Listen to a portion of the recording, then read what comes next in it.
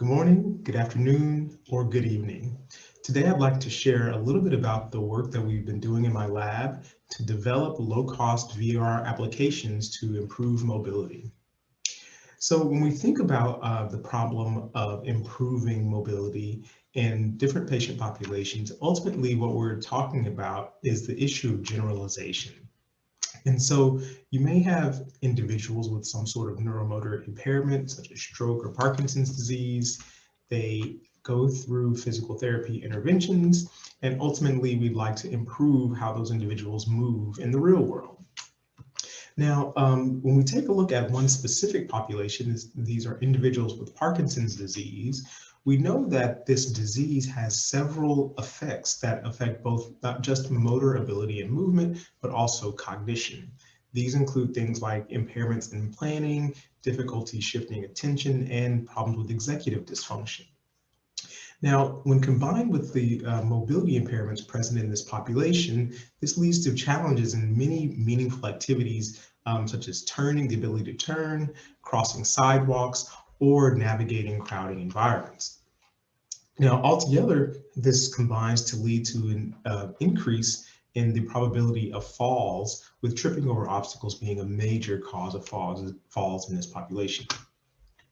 So one of the big challenges that we face and one reason why we're trying to use virtual reality in our research is because we can use VR to train individuals in different types of contexts that they may experience in the real world. And we can generate these contexts pretty easily by changing our virtual environments.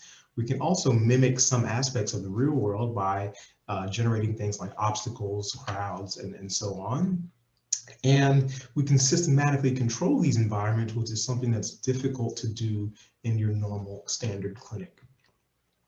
So over the past several years, we've been developing virtual reality-based interventions so that we can both understand sensory motor control during walking and study processes like motor learning and ultimately how we can use VR to improve cognitive and motor function. So this is just an example of one of the tasks that we use in the lab where we have people step over obstacles, and we can turn this task into a motor skill learning or a sort of training opportunity. Along with the studying training, we can ask questions about how visual information, or excuse me, how people access visual information relates to their obstacle crossing strategies by measuring things like head angle, foot height, and even gaze during walking. One of our recent studies was designed to ask whether training in virtual reality could actually generalize to the real world or generalize to overground walking. And so we designed a task where people learned how to reduce their foot clearance when stepping over virtual obstacles. And as we can see here, they learned this task over sort of 50 to 100 tries, and they retain what they learned 24 hours later. Importantly, we showed that when people do this training on a treadmill in VR, this also leads to a reduction in foot clearance when walking over ground. And this reduction in foot clearance was also maintained after a retention period. So this gives us some confidence that we can train people in VR and that those skills will transfer to overground walking. Now, more recently, we've been developing a comprehensive training application which allows individuals to solve a puzzle while actually walking over ground in VR. And as you can see, this is our Wordplay VR application. And you can see that there are obstacles that the player has to negotiate while they solve a puzzle. And they have to grab letters. So this involves things like squatting, reaching up, turning, and planning, and then place those letters into the correct locations in the puzzle that you see here. So this is something that we've been really excited about because this allows us to move our mobility training from the treadmill to overground and really start to create more dynamic environments that mimic challenges people might face in the real world. We're also very careful to think about how we design the interface or the control for this system.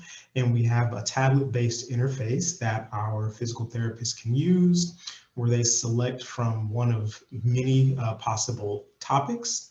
And once given a topic, they can choose words that have different levels of difficulty associated with them. And then they can also choose several other features of the gameplay environment, such as how many letters are missing, how fast letters move, so that they can tailor the level of challenge to the patient's capacity. And so we recently evaluated the usability of this system because we're really interested in whether this is something that could be potentially translated into clinical practice.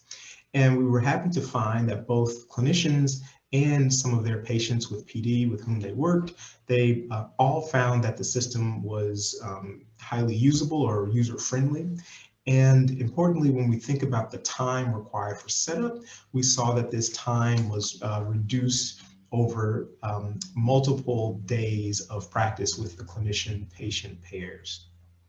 So this is just one part of a larger study where we're now trying to understand, one, if this system, if we can implement this system in the clinic, and ultimately, if so, if this is something that can add to or essentially augment currently available therapeutic methods to improve mobility for people with Parkinson's disease. So with that, I'd like to acknowledge all of my collaborators, particularly Dr. Beth Fisher, Mariantina Gatsis, and Vagelis Limperidis, as they are collaborators who worked on this project for several years, or several of these projects. And we have a long list of student collaborators and research assistants and developers whose work was all instrumental in making this happen. So thank you for your time, and I hope that you all enjoy the rest of the symposium.